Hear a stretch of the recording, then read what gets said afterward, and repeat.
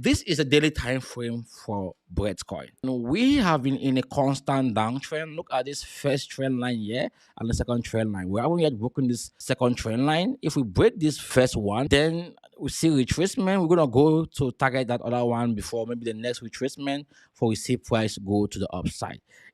But now, when is price gonna go there? Because we see, if we zoom out, you guys, you can see we are at the bottom, okay, for Bitcoin. We're at the bottom of this. So if we're gonna see some sort of movement again, like how far do you think price can keep going downward? Of course, we can see price go right down to around this area. Let's say from where we are right now, we can see price go a little bit downward about, let's see how many percent.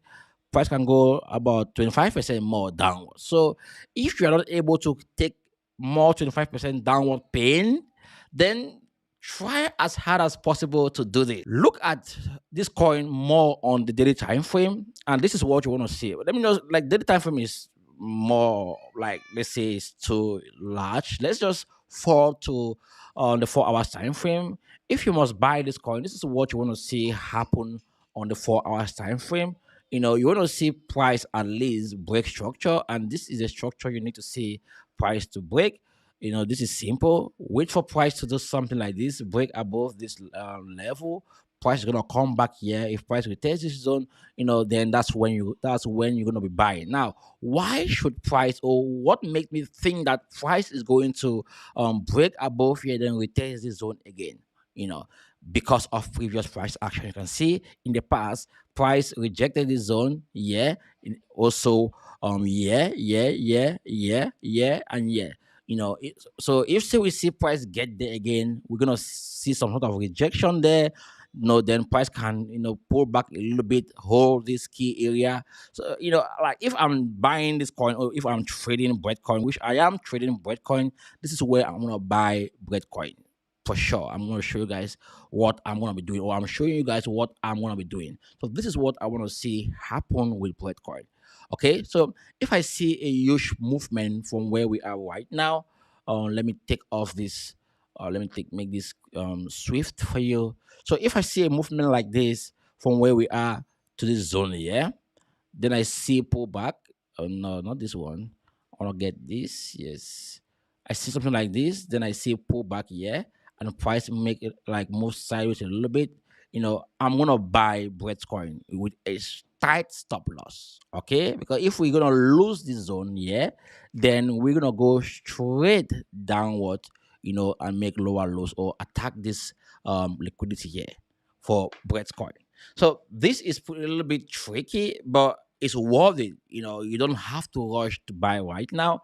Allow it to play out. Allow it to play. Allow the market makers to come and generate some momentum in the market. So they can pump the market about, let's say, 15%, right, or 20%, right? Then when you see pullback like from that zone to the zone I mentioned, I'm gonna buy. Let's see how many percent pullback. Let me just see this quickly, so that when you see price there, you'll be able to know how many percent it could be. So let's say 7% or 8%. If you see a huge move to the upside, like 15%, and you see half of that move is being recovered, then you want to get involved in that coin. Of course, not like instantly. You want to see at least one or two rejection on the 4 hours time frame. Like something like this, one, two. Then you get in the coin. So you now see that if we look at Bitcoin on the higher time frame, we are sitting at key level. We're supposed to move the market to the upside. Like looking at this on the weekly time frame, at least this downward trend supposed to recover somehow, because Bitcoin is not any other coin. But the same thing happening to Bitcoin is happening to like almost every altcoin out there. That's why you might be saying you are investing in a coin that have real use cases. Well, good for you.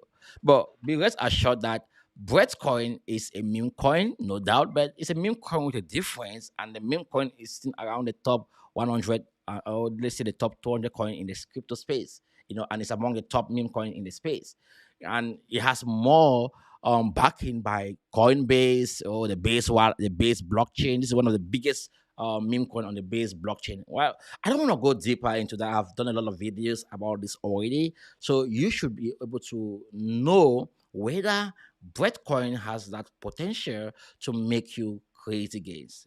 And I think because of this market manipulation, we are seeing a lot of ups and down. If you go to lower time frame, you're gonna see ups and down. With this coin, the same thing you can see here, ups and down with Breadcoin.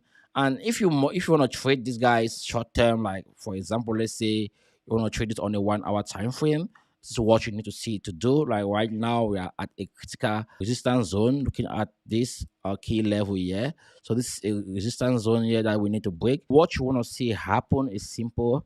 You want to see price at least, break, do something like this, go up there, at least break structure, come back here, hold this key level. This is when you're going to be buying the coin and take it to the upside. Yeah, on the lower time frame. Where we are right now, look more for shorts, right? Where we are right now, we should be looking at shorts, not longs.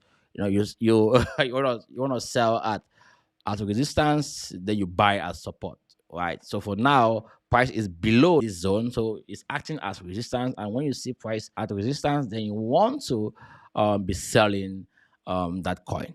Okay, so that's that for Brett's coin.